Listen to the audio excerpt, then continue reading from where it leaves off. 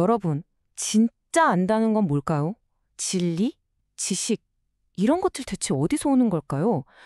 이게 그냥 하는 소리가 아니라 수천 년 동안 정말 똑똑했던 철학자들이 머리 싸매고 싸워온 주제거든요. 오늘 바로 그 거대한 논쟁의 한복판으로 한번 들어가 보려고 합니다. 자, 바로 이 질문. 이게 오늘 우리가 파헤칠 핵심입니다. 진리라는 게 저 멀리 어딘가에 숨겨져 있는 보물섬 같아서 우리가 지도를 들고 찾아 나서야 하는 걸까요? 아니면 사실은 우리 마음속 깊은 곳에 이미 잠자고 있어서 그저 눈을 감고 안을 들여다보면 깨어나는 걸까요? 이 엄청난 질문을 두고 철학계의 두 거인이 정면으로 맞붙습니다. 여기서 딱 두 단어만 기억하시면 돼요. 바로 초월과 내재. 초월은 말 그대로 진리가 우리를 넘어선 저 바깥에 있다는 거고, 내재는 반대로 우리 안에 있다는 거죠. 그리고 이 두 팀의 대표 선수, 바로 플라톤과 라이프니츠입니다. 자, 그럼 첫 번째 선수부터 만나보시죠. 첫 번째 챔피언 등판합니다. 바로 플라톤. 이분은 시작부터 정말 충격적인 이야기를 던져요. 뭐냐면 지금 여러분이 보고 만지고 느끼고 있는 이 세상 있잖아요. 그거 사실 다 가짜라는 겁니다. 그림자 같은 거라는 거죠.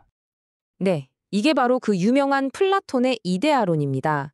플라톤이 보기엔 우리가 현실에서 보는 이 의자, 저 의자, 전부 다 완벽한 의자라는 오리지널의 약간 좀 흐릿한 복제품, 그림자 같은 거라는 거예요.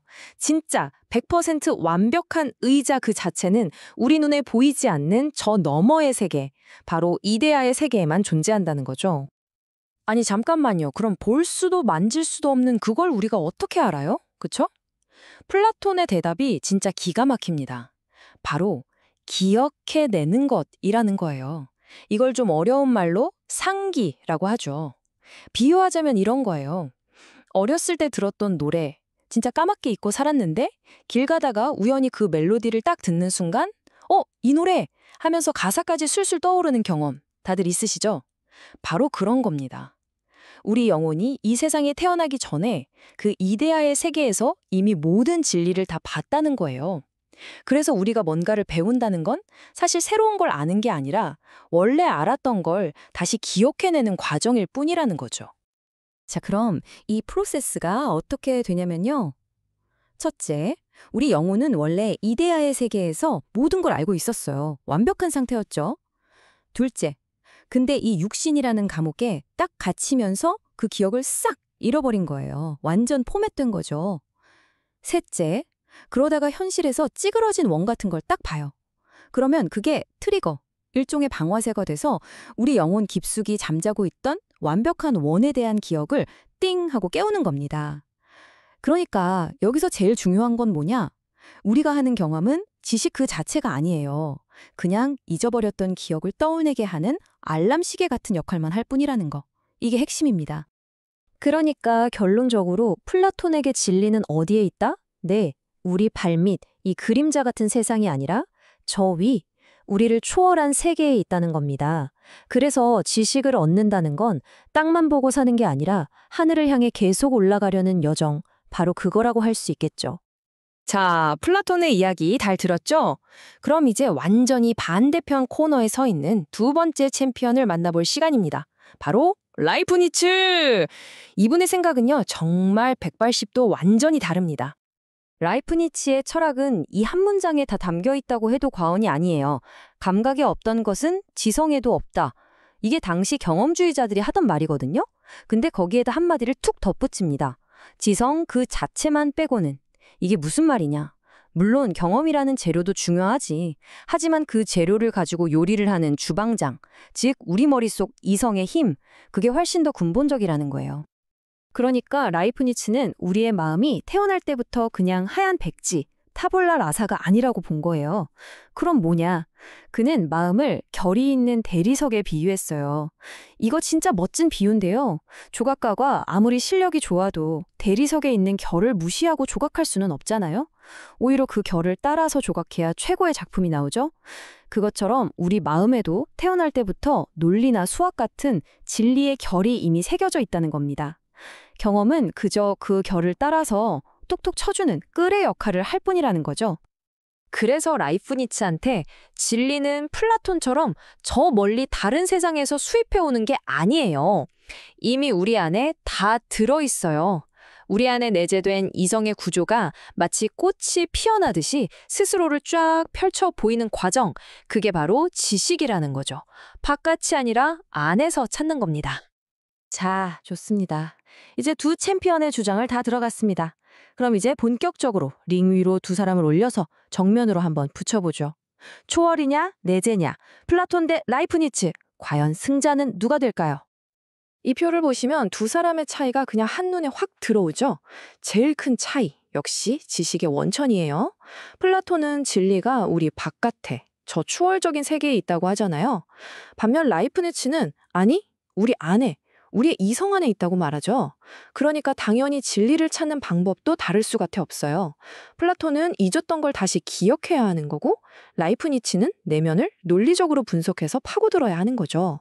심지어 경험의 역할도 보세요. 플라톤한테의 경험은 자칫하면 우리를 속이는 오류의 원인이 될 수 있는데, 라이프니츠한테는 우리 안에 점자던 진리를 깨우는 좋은 계기가 되거든요. 와, 진짜 하나부터 열까지 다르죠? 그리고 바로 이 지점. 여기가 두 철학의 진짜 심정부, 가장 핵심적인 차이입니다. 잘 들어보세요. 플라톤의 진리는 존재론에 기반해요. 이게 무슨 말이냐면 정의가 왜 진리냐? 저 너머 이데아의 세계에 완벽한 정의 그 자체가 실제로 존재하기 때문이라는 거예요. 뭔가 실체가 있는 거죠. 반면에 라이프니츠의 진리는 논리적 필연성에 기반합니다. 1 더하기 1인 2라는 게 왜 진리죠? 저 세상 어딘가에 완벽한 1 플러스 1은 2가 존재해서가 아니잖아요. 그냥 그게 논리적으로 맞고 다른 답이 있을 수가 없기 때문이죠. 그러니까 저 너머에 진짜로 그게 있느냐를 믿는 플라톤과 생각해보니 이게 논리적으로 맞을 수밖에 없느냐를 따지는 라이프니츠. 바로 이 차이입니다. 자, 듣다 보니까 수천 년 전 사람들 얘긴데도 되게 재밌지 않나요? 이게 왜 그러냐면요. 이 질문이 결국 나는 어떻게 세상을 이해하고 배우는가에 대한 우리 각자의 아주 근본적인 태도와 연결되어 있기 때문이에요. 자, 오늘 우리는 진리를 찾아가는 두 개의 위대한 길을 함께 걸어봤습니다. 첫 번째는 플라톤이 제시한 길, 바로 존재론적 초월의 길입니다. 진정한 삶을 위해 우리 자신을 넘어서 저 높은 곳을 바라봐야 한다는 비전이죠. 그리고 두 번째는 라이프니츠가 보여준 이성적 내재의 길. 멀리 갈 필요 없이 우리 내면으로 깊게 파고들어서 이미 우리 안에 존재하는 이성의 빛을 발견하자는 겁니다. 그래서 마지막 질문은 이제 철학자가 아닌 바로 여러분 자신에게 던져져야 합니다. 여러분에게 진리란 무엇인가요? 밖으로 나가서 부딪히고 경험하며 찾아내야 하는 보물 같은 건가요? 아니면 조용히 내면을 들여다보고 성찰할 때 비로소 깨닫게 되는 어떤 목소리 같은 건가요? 이 정말 오래되고도 중요한 질문에 대한 여러분만의 답을 한 번쯤 생각해 보시는 건 어떨까요? 잘 들어봤네요. 고대의 이성주의자 플라톤과 근대의 이성주의자 라이프니츠의 지식을 얻는 과정 또는 지식에 대하여 또는 우리가 안다는 것에 대하여 우리가 어떻게 알게 되느냐에 관한 철학인 거죠. 고대 이성주의자였던 플라톤은 이데아의 세계에 관한 그런 지식이 진정한 지식이고 우리의 영혼, 즉 우리의 생각하는 능력 그 자체가 원래 이데아에서 있었다. 원래 이데아를 경험한 적이 있었기 때문에 왠지는 잘 모르지만 보통 일종의 타락이라고 할 수 있겠죠. 영혼이 타락해서 육체를 얻어서 그림자, 이데아의 그림자 세계인 또는 동굴 속의 세계인 이 땅으로 현실로 내려온 후에는 진정한 지식이라는 것은 과거의 이데아의 세계를 다시 기억해내는 그 과정이다. 그러기 위해서 이성, 즉 생각하는 능력을 말하자면은 개발해야 된다. 발전시켜야 된다. 이런 뜻인 거죠. 그래서 그런 의미로 이성주의자라고 할 수 있겠죠.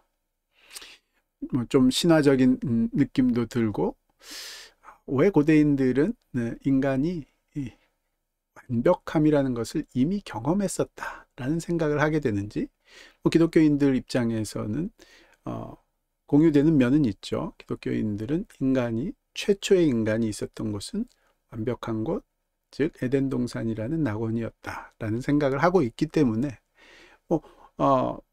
기독교인 입장에서는 전혀 이해하지 못할 바는 아니지만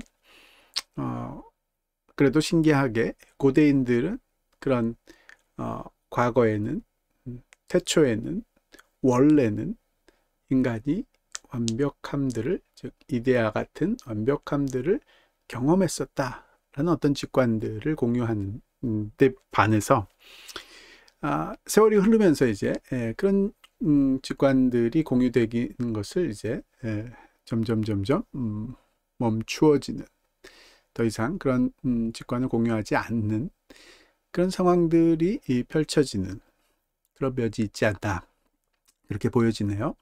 그래서 이제 근대의 이성주의자들은 지식이라는 것, 뭔가를 안다는 것은 우리의 내면에 생각하는 능력이 뭔가 필연적으로 이래야만 되는 것을 볼 때, 그때 우리가 이게 정말 지식이다, 이게 진리다 라는 것을 파악하는 그런 때다, 이런 뜻인 거죠. 즉 인간이 갖고 있는 이성의 구조 자체가 필연성을 디텍트할 수 있는 그런 능력이 있고, 그 필연적 논리적인 필연성이라고 할 수 있겠죠. 그런 필연적 요소를 보게 될 때 이게 진리다, 이런 결론에 이르게 된다. 그런 의미로서 이성주의자라는 거죠. 조금 철학적으로 표현을 하자면 플라톤은 인식의 기반이 존재, 즉 이데아라는 존재이다, 존재론이 인식론의 기반이 된다 생각을 했다면, 라이프니츠는 필연성이라는 어떤 논리적인 또는 직관적인 그런 감각이, 필연성에 대한 감각이 진리의 기반이다, 또는 지식의 기반이다 라는 차이인 거죠. 그러게요. 둘 다 기독교적인 내용과 정확하게 일치하진 않지만, 어떤 사람의 이성적 직관이 더 기독교적인 요소와 가까운지는 제가 보기에는 플라톤이라고 보여지긴 하는데요. 라이프니츠도 굉장한 크리스천이기는 했죠. 크리스천 내에서도 다양한 의견의 차이를 보이면서 역사가 흘러왔는데, 그런 계몽주의 시대의 새로운 관점들이 기독교를 올바로 이해하는 데 도움이 됐을까, 아니면 오히려 방해가 됐을까, 이런 부분들이 이제 제가 궁극적으로 해보고 싶은 그런 대화의 주제들이네요. 일단 여기까지 들어보죠.